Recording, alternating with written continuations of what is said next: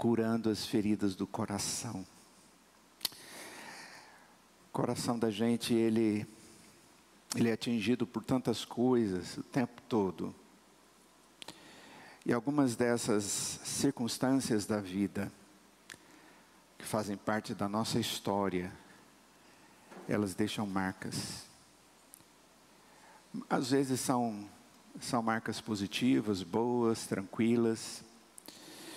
Às vezes são marcas não tão boas assim, que ficam ali. São algumas que deixam uns risquinhos, outras deixam cicatrizes que a gente resolve rapidinho, mas tem outras que deixam feridas. E são feridas que são muitas vezes difíceis de serem tratadas, mas não impossíveis de serem tratadas, sem sombra de dúvida. E nós vamos estar conversando a respeito desse assunto, sobre essa maneira graciosa que Deus usa a sua palavra para nos pastorear. Essa maneira graciosa que Deus usa a sua palavra para nos fazer entender o que está acontecendo. Pois esse é o primeiro desafio que a gente tem diante das crises, diante das dificuldades, é entender o que está acontecendo. A gente chamaria isso de diagnóstico, né? Você entender é diagnosticar o que está acontecendo. Mas diagnosticar não de maneira superficial, mas de maneira profunda. Isso tem que entrar em alguns lugares que o homem não consegue entrar. Só o Espírito de Deus entra. São coisas que o Deus da palavra trata com a Escritura e com a ação do Espírito Santo de Deus, quando Ele usa a Escritura para desvendar os nossos olhos, para falar a nossa alma, para acalmar o nosso ser e para ir nos tratando. Ele trata. Algumas vezes Deus trata de maneira rápida. É alguma coisa de uma vez. Ele vem e traz resposta, não só o diagnóstico, ele me dá a orientação e eu caminho, resolvo e pronto. Outras vezes não. Mas associado a isso, existem uma variedade de coisas que acontecem e que trazem também consequências na vida da gente. São causas que têm a ver com o corpo da gente, tem a ver com a mente, tem a ver com a criação. O fato de Deus ter nos feito seres que somos emocionais, que temos doenças físicas, temos doenças emocionais. Algumas delas precisam ser tratadas também nesse lado, nesse aspecto. E desequilíbrios nessas áreas precisam ser tratados. Alguns deles são enfermidades que não tem como resolver, mas tem como auxiliar. Aquilo que a ciência mesmo diz, olha, não tem cura. Mas é interessante como, eventualmente, Deus, quando deseja, Ele trata isso também. Mas nós podemos observar que isso também faz parte do propósito de Deus. De um Deus que pode agir de uma maneira graciosa, maravilhosa, usando todos os recursos. Como é que a gente concilia tudo isso? Como é que a gente trata as circunstâncias da vida da gente, das pessoas que a gente ama, das pessoas que estão ao redor da gente? Porque isso nos preocupa diretamente. Um objetivo primário, secundário, terciário, e aí vai. Nós que somos pais, e todos que estão aqui são pais, nós temos uma preocupação muito grande com os nossos filhos, E a gente não sabe até que ponto nós estamos certos e até que ponto nós acertamos. Estamos certos e acertamos. E nós precisamos o tempo todo ficar procurando respostas. E o melhor lugar para encontrá-las é nas Sagradas Escrituras também. Então, apesar de nós colocarmos um óculos bem grande nesse tema que nós vamos tratar, então é um óculos bem grande, onde o maior volume dele é as Sagradas Escrituras. As Sagradas Escrituras também, ela será o referencial para que nós possamos olhar para as outras fontes. De tal forma que a Escritura, a Palavra de Deus, a verdade de Deus, o que Deus nos traz como aquilo que é aceitável e aquilo que não é aceitável, é que vai qualificar qualquer outra ferramenta que eu vou usar para alcançar a solução para as minhas feridas do coração. Certamente, sem medo de errar, eu posso dizer que todos nós temos feridas do coração. Não tenho a menor dúvida disso.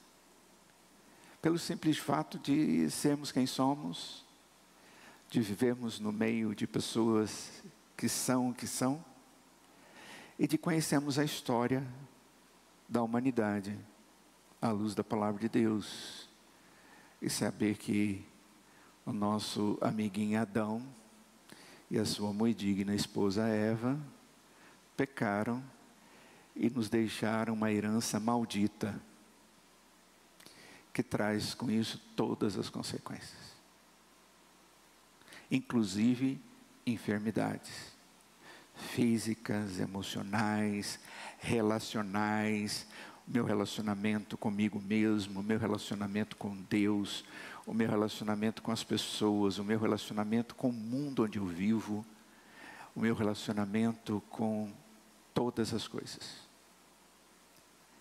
Então, o que a gente percebe é que tudo precisa ser tratado. Sendo assim, a gente chega à conclusão de que realmente esse tema é quase que sem fim. É claro que ele tem fim, mas é muita coisa. Então nós vamos estar pincelando, nós vamos estar pegando aqueles que são mais úteis a nós. Apesar de que alguns deles talvez vocês nem pensem, mas eu vou tratar também. Por ser assuntos que são muito comuns hoje em dia. Quer ver uma coisa que não se falava muito? Até algum tempo atrás, pelo menos usando essa expressão. Desde quando vocês ouviram falar de relacionamento abusivo? Tem alguns anos, né? Mas se você conversar com seus avós, eles não vão entender esse termo, essa terminologia. Né? E a sua avó, de repente, teve um relacionamento e sofreu um relacionamento abusivo com o seu avô até. E ele nunca entendeu que aquilo foi abusivo. E ele nem teve dificuldades com aquilo. E nem a sua avó. Ela não procurou ninguém para falar, meu marido, e ele está tendo um relacionamento abusivo comigo, e aquela coisa toda. Né? Hoje, o negócio está ficando tão sério, que qualquer coisa é relacionamento abusivo. Qualquer coisa está se tornando relacionamento abusivo. Qual vai ser o nosso óculos para olhar sobre esse tema? As Escrituras. É claro que isso é uma coisa interessante, é uma coisa que abre os nossos olhos para algo que de repente não se olhava, não se percebia.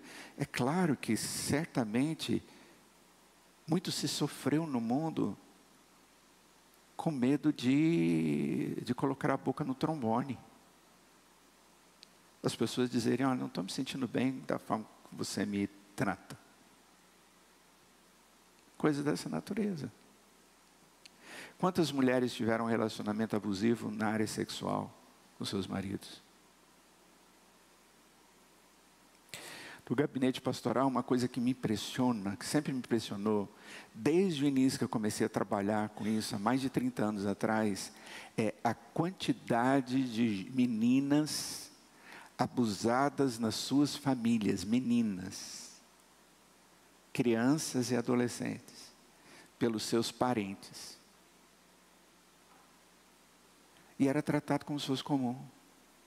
As mães não iam contra os pais, os tios, os avós.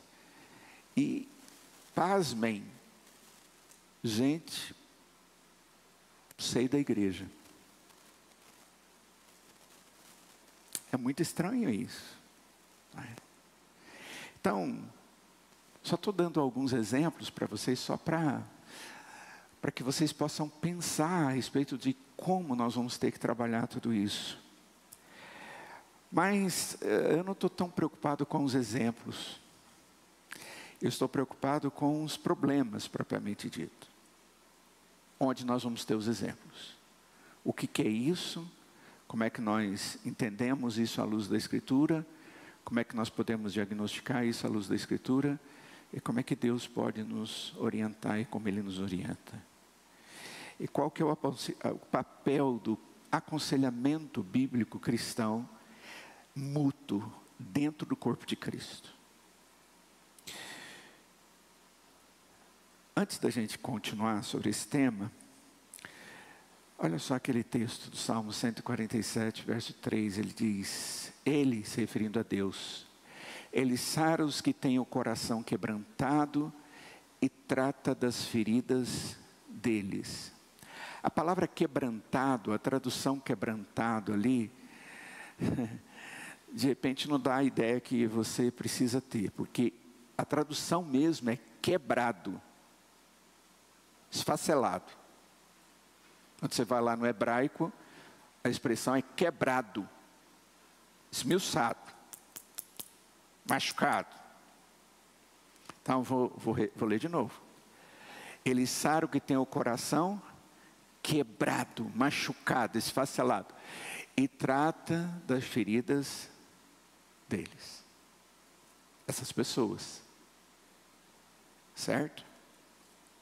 Então Deus não trata só aquele sentimento, mas trata o indivíduo. E a gente vai perceber que muitas vezes a gente fica tratando só uma área do indivíduo e a gente vai ter que tratar o indivíduo inteiro. E uma das coisas que vocês vão perceber que Deus só trata o indivíduo inteiro de maneira perfeita a partir do momento que esse indivíduo conhece a Cristo. Então, a grande solução do ser humano é Cristo Jesus. Essa é a grande solução do ser humano. Então vocês vão cansar de me ouvir falar nisso. Qual a primeira coisa que eu faço quando eu vou fazer aconselhamento? Um aconselhamento onde tenho que tratar situações, é tentar compreender se uma pessoa é crente. Porque o meu primeiro papel é levá-la a conhecer aquele que vai poder solucionar os seus problemas. Porque eu creio nisso. E eu espero que você também creia. E se você não crer, eu espero que Deus te convença. Vamos orar. Senhor, nós cremos em Ti como Deus único e verdadeiro.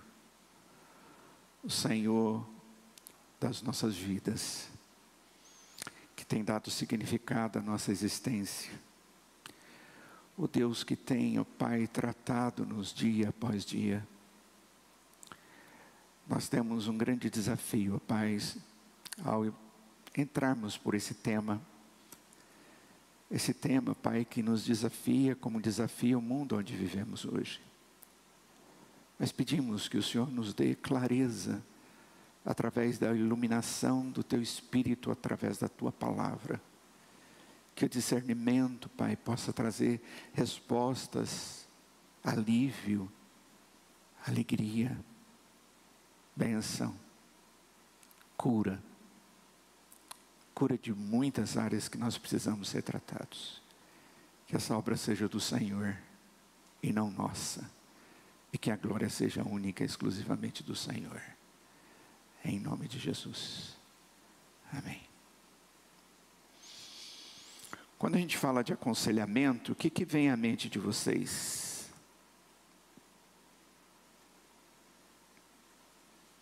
Alguém em dificuldade que a gente precisa ajudar de alguma forma. Ok. O aconselhamento, normalmente, alguém procurando auxílio em outrem, e eu vou nessa pessoa na expectativa de encontrar algum auxílio. Isso é muito natural, é bem tranquilo, eu não preciso ensinar as pessoas quanto a isso. A pessoa mais simples, a mais sofisticada, ela tem isso como algo relacional, ela busca auxílios. Normalmente, quando as pessoas não buscam auxílio, quando elas são completamente introspectivas, completamente, totalmente, 100%, pessoas que sofrem sozinhas, exageradamente assim, tem enfermidade. Porque o natural é a pessoa, ela buscar auxílio, certo? Eu estou me referindo ao extremo, tá bom? Estou falando que ser introspectivo deve ser doente, não.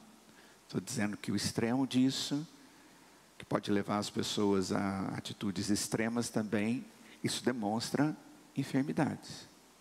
Pessoas que precisam realmente ser tratadas. Mas antes de falarmos qualquer coisa a respeito disso, eu quero te dizer o seguinte. Aqueles que dão recomendações, conselhos, são chamados de conselheiros. O aconselhamento humano, ele é desejável, ele é necessário, mas nem sempre é confiável. Então nós vamos partir dessa premissa. E a segunda coisa é que apenas o conselho de Deus é totalmente confiável. Tá bom? E aí vocês já vão ter que peneirar o que eu vou falar. Porque por mais que eu usar as Sagradas Escrituras, você tem todo o direito e a responsabilidade de falar, pastor, peraí, vamos conversar um pouquinho sobre esse assunto. Tá ok? Estamos em escola dominical e mais do que isso, é porque nós vamos trabalhar a Escritura e aplicá-la. Então, lembre-se, o conselho de Deus, esse é totalmente confiável. E ele nós encontramos na Escritura. Nós não vamos brigar com a Escritura. Nós vamos ser conduzidos pela Escritura. Conformados, transformados pela Escritura. Então essa é a primeira coisa que eu gostaria muito que vocês pensassem comigo. Segunda coisa, nós nunca vivemos numa sociedade que buscou tanta ajuda na psicologia, na psicoterapia, na psiquiatria, como nos últimos tempos. Até mesmo porque são ciências mais novas. Mas também porque o nosso século e os últimos tempos, né? Talvez poderíamos dizer esses 2 últimos séculos, trouxe problemas com os quais o homem ainda não havia lidado e também está aprendendo a lidar. Uma prova disso é você ver o tanto de livros de autoajuda que há um bom tempo figuram entre os mais vendidos nas livrarias por aí. Positivismo, autoajuda, indivíduos buscando respostas. Os crentes também sofrem desse negócio, que é chamado de mal do século, que está aí caminhando para mais de século. E o trabalho de aconselhamento, ele hoje é um dos mais fundamentais para o fortalecimento da comunidade cristã, que somos nós, o povo de Deus. Só que quando a gente fala de aconselhamento, eu estou falando do aconselhamento mútuo. Eu estou falando do acompanhamento uns dos outros.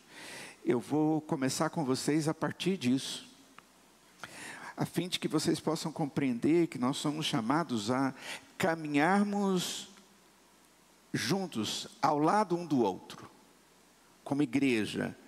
Aconselhar é ajudar ao outro, é um dos modos para fazer esse caminhar frutífero.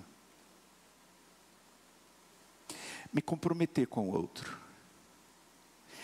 E hoje a tendência é completamente diferente dessa. Os grupos, por mais que eles sejam grupos de interesse, ele é o grupo daquele interesse. Certo? Não passa daquele interesse. Tá? Por exemplo, eu participo de grupos que eu sou associado. Eu sou associado a grupo de jipeiros. Ali a gente conversa sobre jipe, sobre pneu de jipe, sobre escapamento de jipe, sobre óleo diesel, sobre tamanho de suspensão, aumenta, diminui. Você pode falar, isso não tem nada a ver comigo, isso é besteira. Só que essa minha besteira é besteira de outro também, e a gente ajunta as besteiras e a gente conversa sobre besteira. Certo? É um ajuntamento por algo comum. Alguém aqui tem algum hobby que faz parte? Faz? O que você faz? Grupos de caminhada? De trilha. Deus tem misericórdia. Essa irmãzinha anda 30 quilômetros num dia. Grupo de caminhada que eu sei é dar uma volta no Vaca Brava ali, entendeu? Agora andar no mato 30 quilômetros, aí de repente eu falo, mas que coisa mais louca. Tem louco, tão louco como você que gosta disso, de andar com aquele negocinho na mão lá e tal, tudo tampado de sol para não machucar do sol, e fica feliz no final do dia, super alegre, de orelha a orelha, viu? E adivinha, eles têm conversa por dia inteiro. E eles conversam sobre isso também. Né? E você? Ah.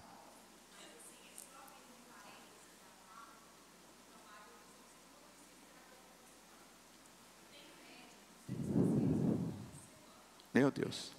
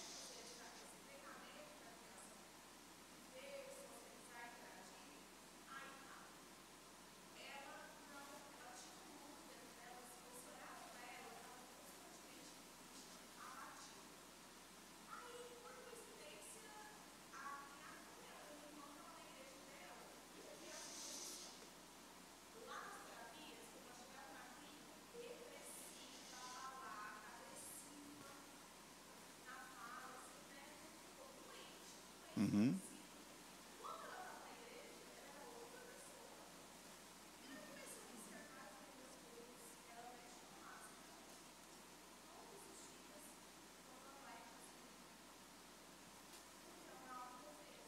Uhum.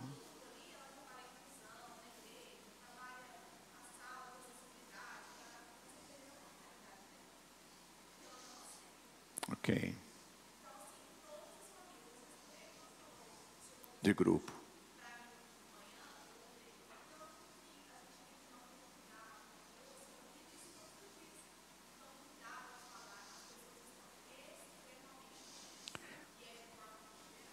Eu espero que Deus te dê muita munição aqui para esse ministério que você tem.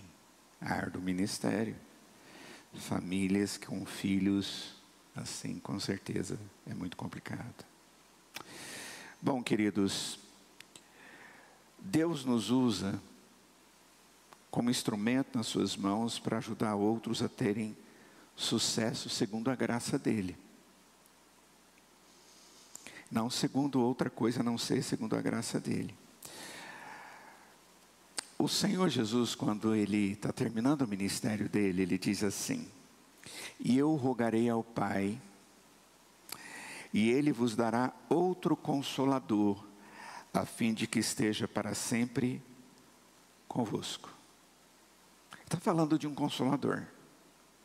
A gente sabe que esse consolador é o Espírito Santo, certo?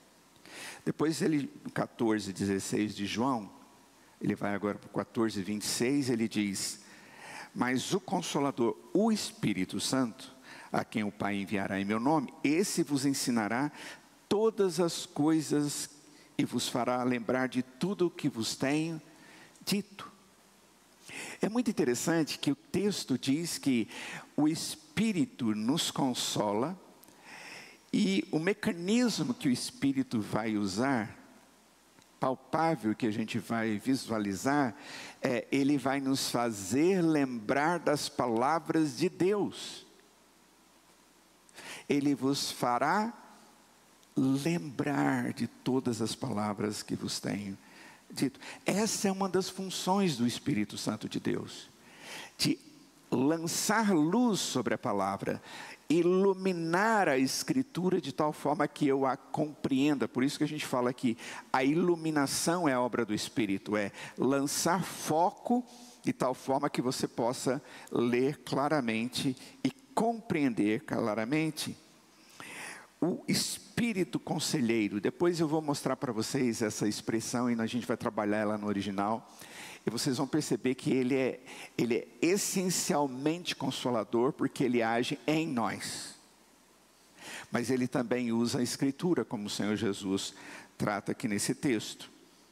Então, o aconselhamento mútuo,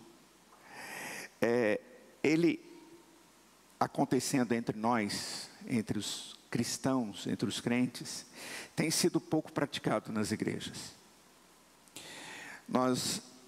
Nós vemos que nós nos amoldamos muito aos grupos comuns que a gente tem de convivência. A gente tem coisas em comum, né? A gente é o grupo de casal, a gente é o grupo disso, a gente é o grupo daquilo, a gente conversa sobre algumas coisas, mas sobre a vida, sobre a essência, sobre a necessidade profunda, sobre as ansiedades, sobre as feridas. Muitas vezes a gente tem buscado literalmente, de maneira mais essencial, auxílio, não no corpo de Cristo. Sendo que esse era o lugar prioritário. A igreja foi feita com esse propósito. Deus tem esse propósito ao gerar o corpo de Cristo. O aconselhamento mútuo, ele é um preceito cristão, ele é um preceito de Deus, que tem como propósito edificar a igreja. Então, uma igreja que não vive a realidade dela, os membros não interagem diante das suas qualidades, como também das suas deficiências, dos seus defeitos, essa igreja não tem muita possibilidade de crescimento. A igreja que interage, ela demonstra Cristo. Por isso que Cristo, quando ora, na oração sacerdotal, na oração que ele faz pela igreja, ele falando pelos discípulos, ele diz: olha, eu oro para que o Senhor os faça um, para que o mundo saiba que tu me enviaste. Quando a igreja do Senhor Jesus, ela vive essa unidade, o mundo sabe que Cristo está presente aqui. E o mundo ouve, porque a igreja tem algo diferente. Cristo tratando pessoas, salvando pessoas, redimindo pessoas, curando pessoas, transformando, libertando situações difíceis para as pessoas que estão cativas. É por meio do aconselhamento aplicado às igrejas e pela ministração, que eu chamo de ministração mútua dos cristãos, que isso vai acontecer de maneira saudável dentro do corpo de Cristo. Eu vou mostrar para vocês que, sem sombra de dúvida, tem aqueles que são conselheiros, são tratados e chamados como conselheiros. Eu hoje provavelmente não vou chegar nesse ponto, mas eu tenho já muita coisa preparada para nós. Eu vou mostrar para vocês desde o Antigo Testamento como que o aconselhamento era algo proposto por Deus no meio da igreja, no meio do povo dele. Em todo tempo ele levantou alguém para fazer esse papel. Em todo tempo ele fez com que isso acontecesse para que as pessoas pudessem andar no caminho certo. E todas as vezes que o aconselhamento foi buscado em lugar errado, levou o povo ao buraco, à destruição, à idolatria, ao abandono de Deus, à idolatria dos filhos deles, ao adultério das esposas deles, o adultério deles. É muito, muito, muito claro isso nas Sagradas Escrituras.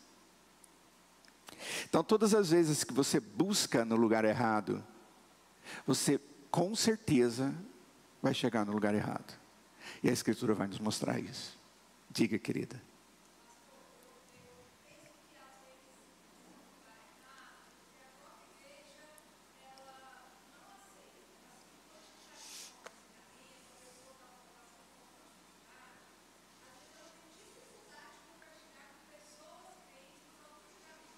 Uhum.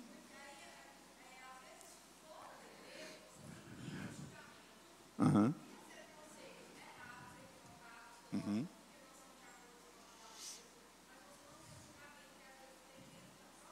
É verdade.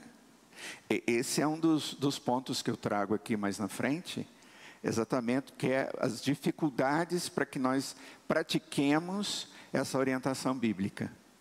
É o medo de ser julgado, né? Por isso que nós precisamos ensinar o que é correto. A igreja precisa aprender o que é correto. Alguém, por favor, abra em Colossenses capítulo 3, verso 16.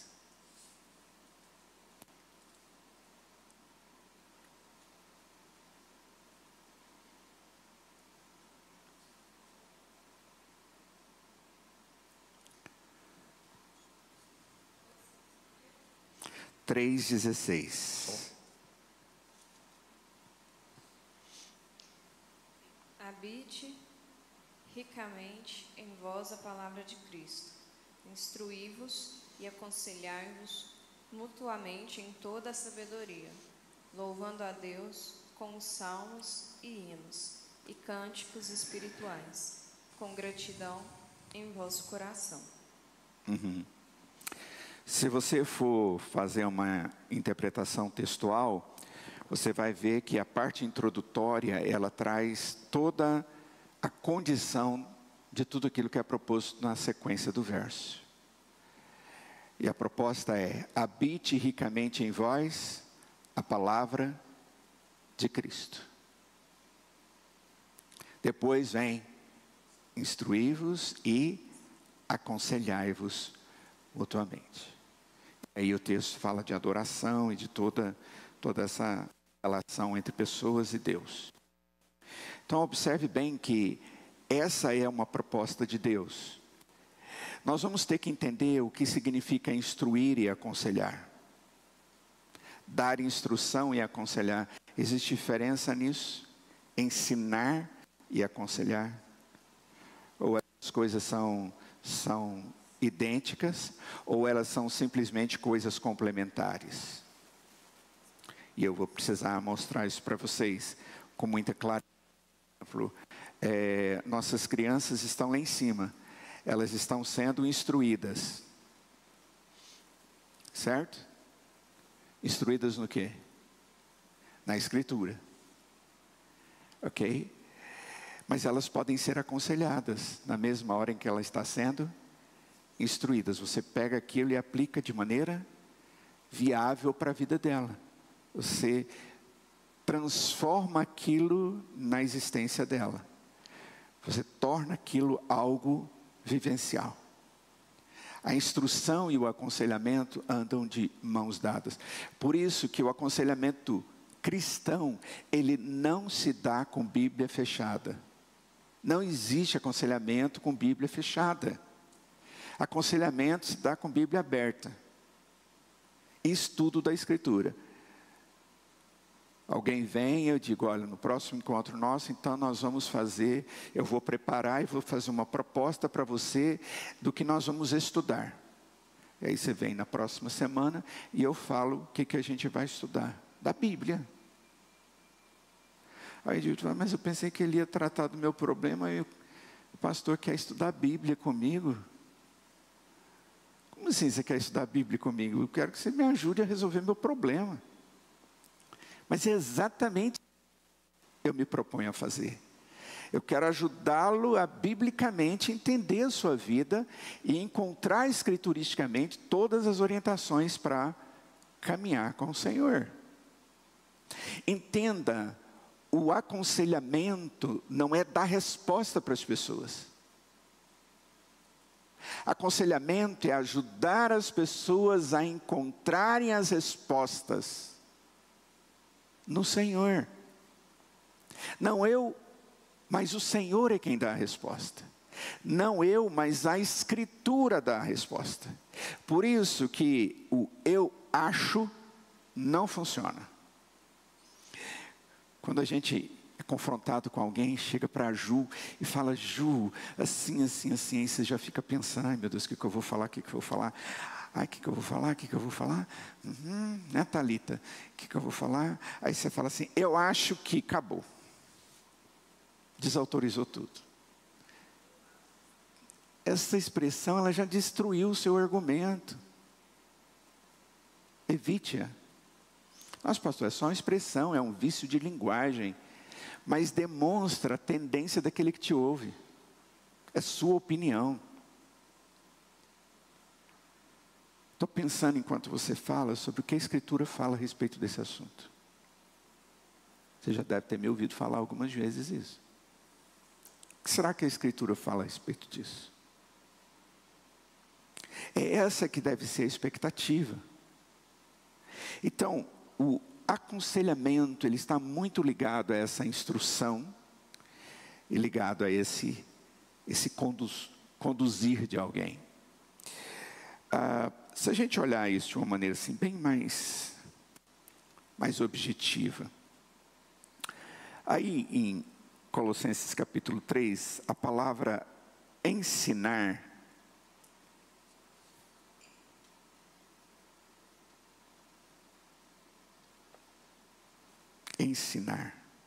instruir, ensinar, é a palavra didaquê. Diz respeito ao ensino de doutrina, de princípios. Deixa eu desmistificar o conceito de doutrina aqui. Tem gente que não gosta dessa palavra, né? Pentecostal diz, não vem com esse negócio de doutrina fria, doutrina é fria. Nem nada disso, doutrinas são princípios. Toda boa prática exige uma boa teoria. O que você ensina para o seu filho? Teoria. E ele vai executar. A prática é ele que exercita. Então você ensina teoria para ele. Isso é bom, isso é ruim, isso é doce, isso é amargo, isso é azedo, isso é ferro, isso é pau, isso dói, isso é felicidade, isso é vovó, essa é a vovó. Ou você está dando princípios, você falando o que as coisas são. Isso é pecado. Por que é pecado? Vem em segundo plano, depois você explica, depois você vai explicando, e chega a um ponto onde ela está plenamente cheia de entendimento daquilo que é a vida. Então, a teologia ou doutrina é o entendimento dos princípios que Deus traz na Escritura toda. Só que está na Escritura toda. O que é a doutrina? Ela pega esse princípio contido na Escritura toda e sintetiza em algumas palavras. Pega esse texto, aquele texto, aquele texto, aquele texto, aquele texto, argumenta isso, argumenta aquilo, argumenta aquilo, argumenta aquilo, chega no final, o que a Escritura diz sobre esta coisa, em todos os detalhes, é isso. É por isso que uma boa base teológica, uma boa doutrina, ela promove uma boa prática de vida cristã. Por isso que eu procuro, porque por isso vocês procuram. Então, quando eu ensino alguém, eu vou mais do que simplesmente doutrinar alguém, eu vou admoestar alguém, eu vou aconselhar, eu vou advertir, vou chamar a atenção, eu vou mostrar e dizer, olha aqui, ó, preste atenção, eu vou dar ênfase. Você podia desligar esse ar aqui? Eu estou congelando.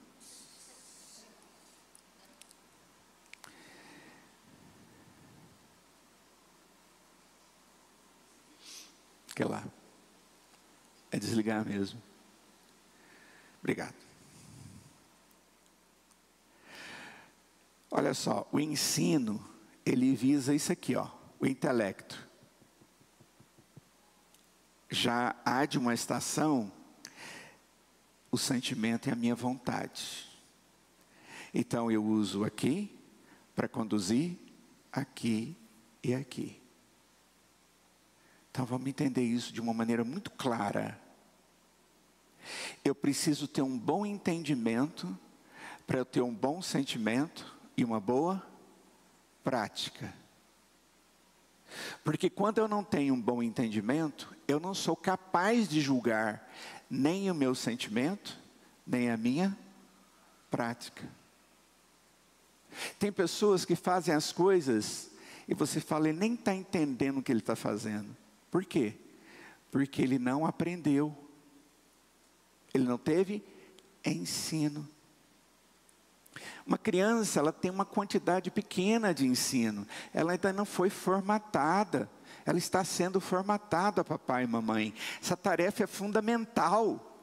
Você tem que fazer isso todos os dias. Sem parar. Ela é uma esponja, já ouviram isso 50 milhões de vezes, né? Ela é uma esponja, ela está engolindo tudo que você fala, tudo que você mostra, tudo que ela vê. Você tem que reservar a mente dela para o que é melhor. Escritura, palavra de Deus, verdade, família, direitos, responsabilidades, amor verdadeiro.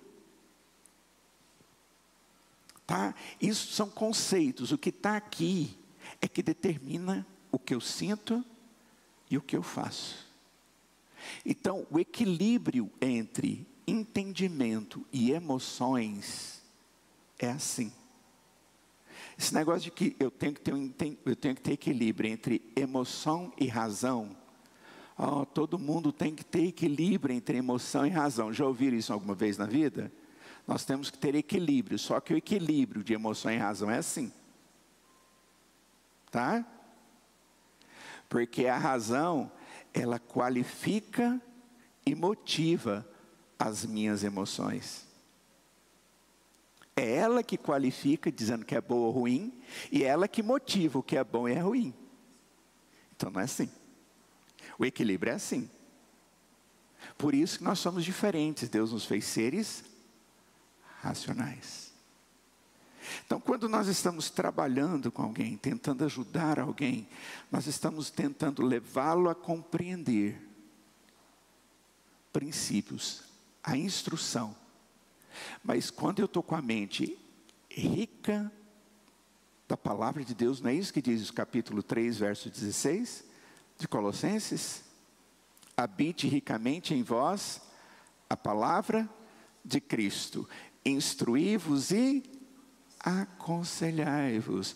A partir daí você vai dar o princípio e vai ensinar esse indivíduo na prática a como usar o princípio que ele tem. É por aí. Aí você diz, pastor, mas espera aí. O cristão, ele já é maduro. De repente ele é meu irmão, ele já está lá com 50 anos de idade, 40 anos de idade, 30 anos de idade. Ele já está maduro. 40 anos já é a idade da maturidade. Eu vou ensinar um marmanjão, eu vou chamar a atenção da marmanjona. Claro que vai. Você vai chamar a atenção biblicamente. Você vai botar os olhos dessa pessoa de novo para a Escritura, porque de repente ela nunca conseguiu compreender à luz da Escritura que o que ela está vivendo não condiz. Ou está indo no rumo meio enviesado. Ou precisa ser reavaliado. Ou está tudo bem, está com peso de consciência à toa. Você está tendo uma vida cristã nessa área, está tudo certinho. Não é você que está errado. No seu relacionamento, o problema não é você. Ok? Então, observe bem que isso é viável o tempo inteiro. Pode ser quem for, na idade que for. Você precisa disso. E eu preciso disso. E Deus faz isso o tempo todo. Por que você vem num culto? E tem a mensagem que é a parte central do culto. No culto você vai ter a exposição da Escritura. E a Escritura vem como ensinamento para a sua vida. E esse ensinamento tem que cair dentro da sua mente. E tem que formatar a sua mente. Tem que peneirar o que não é e o que é. E a partir dali você vai pensar. Aí você fala, mas espera aí, não dá tempo. Não dá tempo mesmo. Você tem aqueles momentos ali, 30 minutos, 40 minutos, 50 minutos, 1 hora. Você pode falar que 50 horas, que não vai ser suficiente. Você vai ter que parar e vai ter que, vou usar uma expressãozinha, por favor, me entendam. Ruminar. Você sabe o que é ruminar, não sabe? Você tem que pegar aquele texto da Escritura e falar assim, nossa, foi dito isso. Olha, eu nunca tinha pensado nesse verso aqui da Escritura, nessa palavra, nesse sentido. Uau! Vira e mexe a Escritura, parece que vira aquele mundão na frente da gente, né? É maravilhoso. Aquele grande desafio, e você fala, Senhor, e você ajoelha, você ora, você agradece, você chora, e vai embora. E vai embora. Para que essa palavra tenha significado na sua vida, ela tem que ser colocada no lugar certo, dentro da sua mente, dentro do seu coração, e produzir atitudes. Tum, tum, tum. Tum, tum, tum.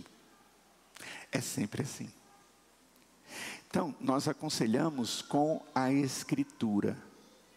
A Escritura produz frutos em mim, no meu entendimento, no meu coração. Pode trazer alegria ou tristeza para mim. Certo? Estou certo, errado, ou coisas que eu preciso melhorar. E transformações. Então, nesse tempo que nós estamos aqui, hoje eu só estou dando essa aula de introdução, é isso que nós vamos trabalhar. Ok? Dentro desses temas todos. Semana que vem, eu vou falar sobre tipos de conselheiros e de conselhos que nós precisamos e que nós encontramos. Como é que a gente vai julgar tudo isso? E onde a gente vai buscar isso? E quais são as consequências de buscar no lugar certo e no lugar errado? Esse vai ser o nosso desafio da semana que vem. Vamos orar? Ó Deus, obrigado por esse tempo precioso que o Senhor nos deu. Permita que possamos juntos crescer para abençoar uns aos outros, ó Pai, para honrarmos ao Senhor e trazermos crescimento também do corpo de Cristo como um todo. Em nome de Jesus. Amém.